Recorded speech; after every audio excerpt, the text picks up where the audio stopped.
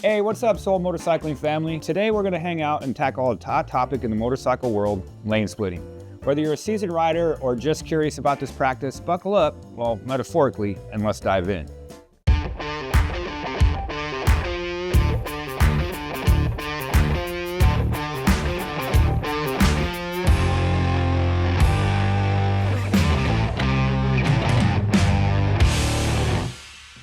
Listen, before we get into it, I want to stress this, that lane splitting is gnarly, man.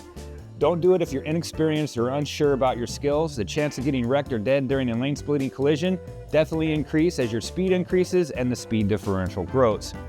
These safety tips we are sharing are just general guidelines, not guarantees. Ultimately, the responsibility for your safety lies with you.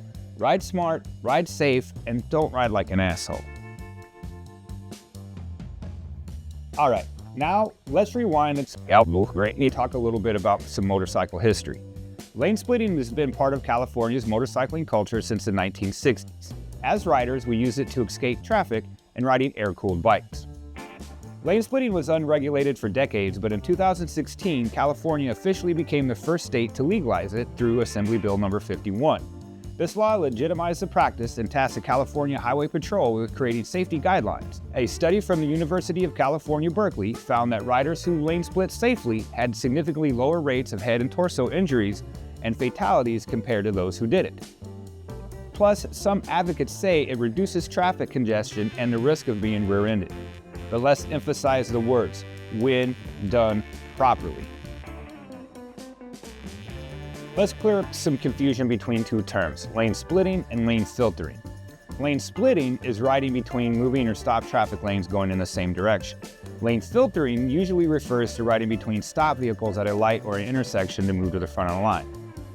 California is the only state that allows lane splitting, but in a few states like Utah, Arizona, and Montana, you can lane filter. Ensure you know the local laws wherever you're riding. All right, now for the important part, how to lane split safely. Here are some best practices. Remember your speed differential. Keep your speed difference with traffic to no more than 10 to 15 miles per hour over the flow of traffic. Anything more than that is just asking for trouble. Your top speed, you don't have to do it hauling ass, man. Avoid lane splitting when traffic exceeds 30 to 40 miles per hour. Your situational awareness. Stay alert to sudden movements, watch for cars changing lanes or opening doors. Positioning.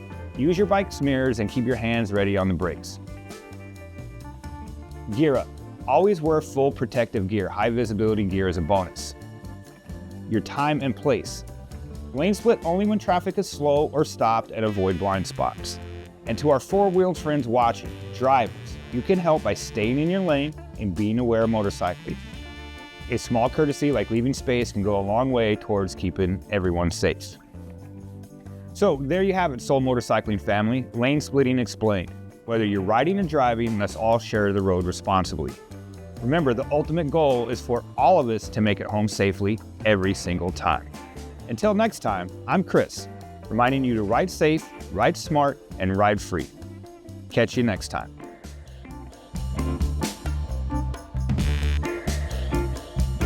Let's talk a little bit about some motorcycle history. Fuck, I'll have to redo that one. That's not, all right, that was not what I was supposed to do. Let me see, the gift dates like Utah, Arizona, Montana allow that doesn't sound fucking right. I'm sorry. It just, how it was,